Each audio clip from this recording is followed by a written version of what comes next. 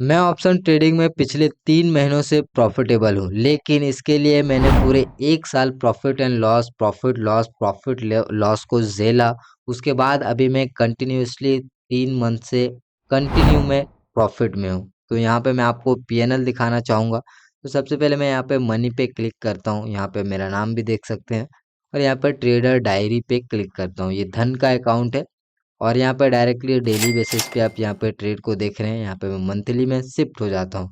तो अभी आप यहाँ पे देखिए, जनवरी, फरवरी, मार्च, अप्रैल, मई, जून, जुलाई, और यहाँ सब देखिए 3 मंथ कंटिन्यूअसली ग्रीन है। इधर ग्रीन क्यों नहीं हुआ, वो भी मैं आपको बताऊंगा, इसके पीछे का कारण। यहाँ पे ही 3 मंथ ग्रीन क्यों है वो मैं आपको बताऊंगा कि यहाँ पे मैंने ऐसी क्या चीज़ किया 3 मंथ जिससे मुझे कंटिन्यूअसली यहाँ पे प्रॉफिट हुआ। तो आइए शुरू करते हैं। तो सबसे पहले मैं आपको प्रॉफिट कितना कितना हुआ वो मैं आपको दिखा देता हूँ, और ये सारा प्रॉफिट मैंने वन लॉट से किया। अब वन लॉट में कभी 6,000 कैपिटल भी लग जाता है, कभी 7,000 कैपिटल भी लग जाता है, कभी 8,000 भी कैपिटल लगता है, कभी 10,000 भी कैपिटल लगता है। मतलब 10,000 से अंदर ही आपका जो है option buying easily bank Nifty में हो जाता है। तो आप इतना समझिए कि मैंने एक लॉट से ट्रेडिंग किया है, और ये रिजल्ट मैंने लेके आए हुए हैं। तो अभी यहाँ पे शुरू करते हैं। सबसे पहले अगस्त की बात करते हैं, उसके बाद इधर के साइड आएंगे कि इधर मैंने क्या मिस्टेक्स किया हुआ था, क्यों नहीं प्रॉफिटेबल हुआ, अभी मैंने क्या ऐसी चीज कर रहा हूँ जिससे मैं यहाँ पे प्रॉफिटेबल हो रहा हूँ। तो अगस्त पे मैं क्लिक करता हूँ, तो यहाँ पे देखिए नेट पीएनएल, इस पे आप ध्यान दीजिएगा। बाकी जो ओवरऑल पीएनएल है उस पे आपको ध्यान देने की जरूरत नहीं है, क्योंकि जो ओवरऑल पीएनएल होता है उसमें गवर्नमेंट के चार्जेस होते हैं, ब्रोकरेज होते हैं, तो वो सब कट के नेट पीएनएल आपको जो बचता है वही आपके जेब में जाता है। तो यहाँ पे देखिए अगस्त में मैंने सिर्फ और सिर्फ 82 रुपीज़ कमाया है। उसके बाद सितंबर में बात करें तो सितंबर में मैंने 181 रुपये कमाया है। अक्टूबर में बात करें तो अक्टूबर में मैंने 605 रुपये कमाया है, नेट पीएनएल में यहाँ पे देख सकते हैं। तो इस तरीके से धीरे धीरे मैंने इम्प्रूव किया हुआ है। तो यहाँ पे मैंने 3 मंथ कंटिन्यूअसली प्रॉफिट क्यों किया, इधर क्यों नहीं किया, वो मैं आपको बताता हूँ। देखिए, जब मैंने जनवरी से ट्रेडिंग शुरू किया था, तो जनवरी में जो क्या बोलते हैं, उतना मुझे नॉलेज नहीं था, या फिर मार्केट कैसे काम करता है एक्सपीरियंस नहीं था, सिर्फ ट्रेड लिए जाते थे। और यहाँ पे आप देखेंगे तो जो जनवरी है, मैं आपको यहाँ पे दिखा देता हूँ, जनवरी में जो लॉसेस है वो देखिए यहाँ पे कितने हैं, 1880 रुपए के लॉस में है। उसके बाद फरवरी में प्रॉफिट हो गया 280 रुपए का, फिर मार्च में यहाँ पे लॉस हो गया 660 रुपए का, फिर अप्रैल में से 44 रुपए का।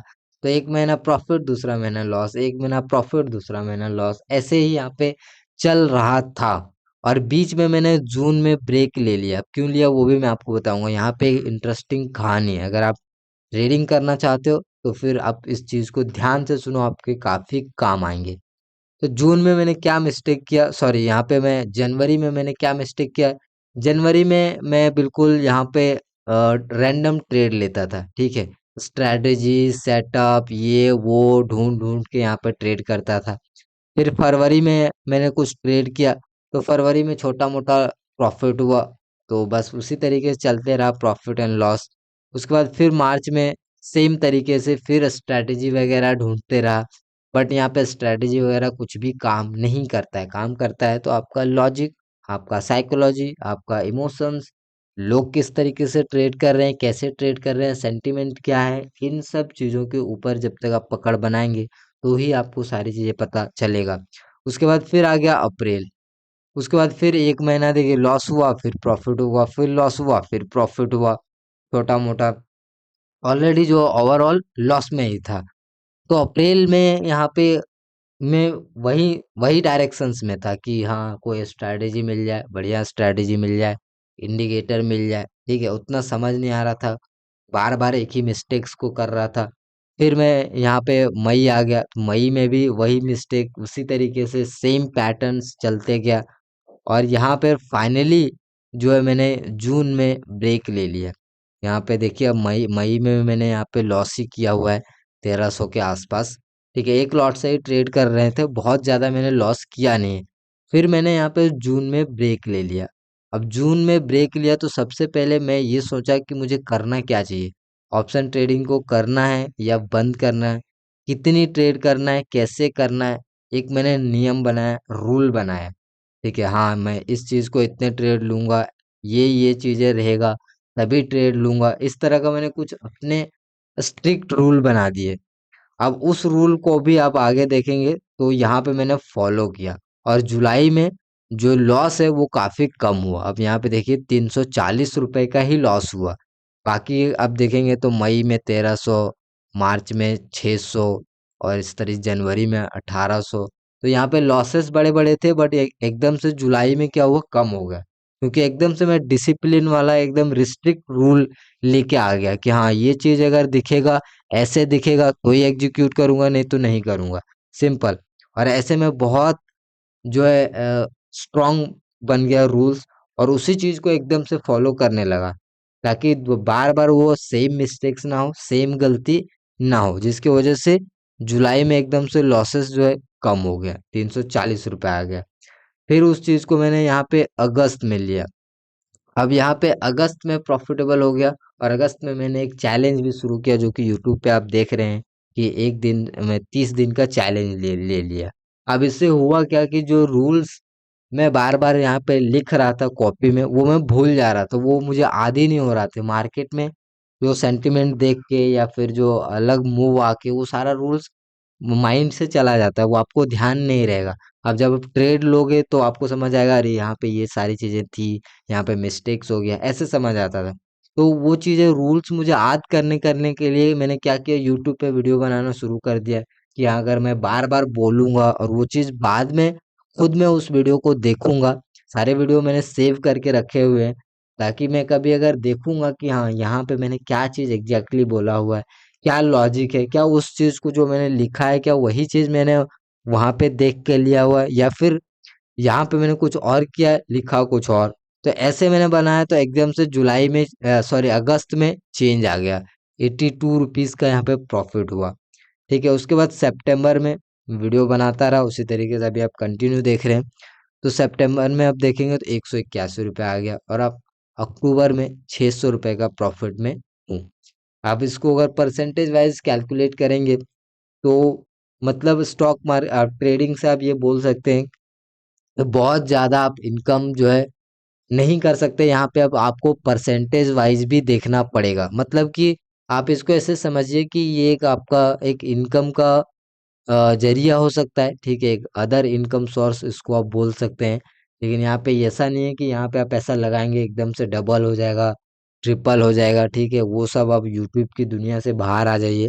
अब मैक्सिमम प्रॉफिट आप कितना कर पाओगे, अगर आप एक लॉट से अगर आप हर एक ट्रेड सही भी लोगे तो ज़्यादा ज़्यादा कितना होगा, 4 से 5 हजार रुपये ही आएगा मैक्सिमम प्रॉफिट, 5 से 6 हजार रुपये आएगा। तो ये इतना ही यहाँ पे प्रॉफिट यहाँ पे होने के चांसेस होते हैं। और प्रॉफिट वो होता है जब लॉस प्रॉफिट हो के जो एंड में बचे, मंथ के एंड में, उसको हम प्रॉफिट कंसीडर करेंगे। ऐसा नहीं कि यहाँ पे आज 3 हजार कमा लिया और अगले दिन आपने 2 हजार लॉस कर दिया, तो अब वो 3 हजार प्रॉफिट आपके काम का नहीं है। लॉस प्रॉफिट हो के जो एंड मंथ के एंड में बचता है, उसको प्रॉफिटेबल मानना चाहिए। ठीक है, तो इस तरीके से धीरे धीरे जो है मैं प्रॉफिटेबल होने लगा। तो ये है यहाँ पे पूरा जो है जर्नी। तो इसमें से मैं आपको समराइज कर देता हूँ कि आपको क्या करना चाहिए एक्चुअली। सबसे पहले अगर आप लॉस प्रॉफिट में है, तो पहले आप ब्रेक लो, ठीक है, 1 महीना रूल बनाओ, डिसाइड करो कि आपको ऑप्शन ट्रेडिंग करना है, क्यों करना है ऑप्शन ट्रेडिंग। अपने आप से क्वेश्चंस पूछो कि क्या आप ऑप्शन ट्रेडिंग करने लायक बने हो या फिर नहीं बने हो, करना भी है आपको या फिर नहीं करना है, क्योंकि ये क्वेश्चंस पूछना बहुत ज्यादा जरूरी है, तभी रिजल्ट में चेंज आएगा।